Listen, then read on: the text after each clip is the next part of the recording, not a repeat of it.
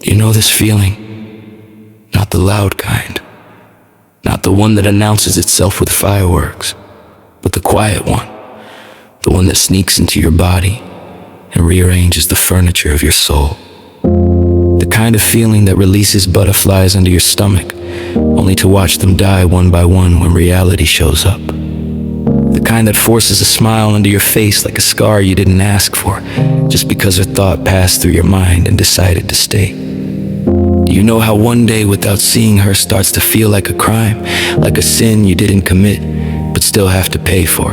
How someone you once lived without becomes the axis of your breathing, and suddenly every hour apart feels like drowning on dry land.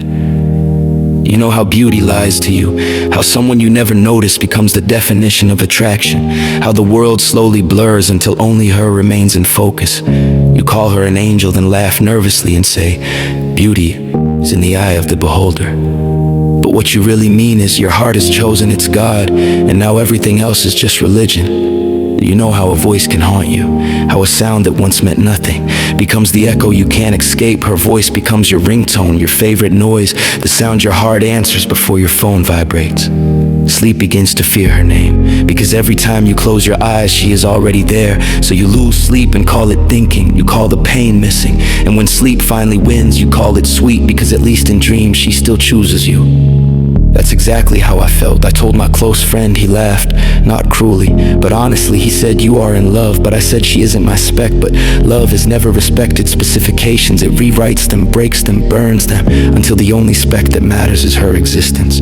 She became the blueprint my heart didn't know it was drafting. So I started seeing her in secret, hiding feelings like contraband, smiling in public, bleeding in private. I didn't want my friends to know, because once love is spoken aloud, it becomes real, and I was afraid of reality. So one day I gathered courage, packaged my feelings neatly, and handed them to her, only to realize my timing was a tragedy. She was already taken, already loved, already claimed, already someone else's answered prayer. So tell me, why did my chest collapse like a building with bad memories? Why did jealousy sit in my throat like a stone I couldn't swallow if she was never mine? Why does losing her feel like death? Who is this lucky man who wakes up to her good mornings like it's nothing? Who holds the hand I rehearsed holding in my head? Who lives in the future my heart was secretly building? I prayed, not the polite kind, not the church kind. I prayed like a wounded animal crying to my maker, God, I need a surgeon. Because my heart is damaged, it loves without permission, bleeds without warning, breaks without impact. I asked God to cut her out of me, to remove the memory, to numb the feeling, but God stayed silent, and silence is the loudest answer.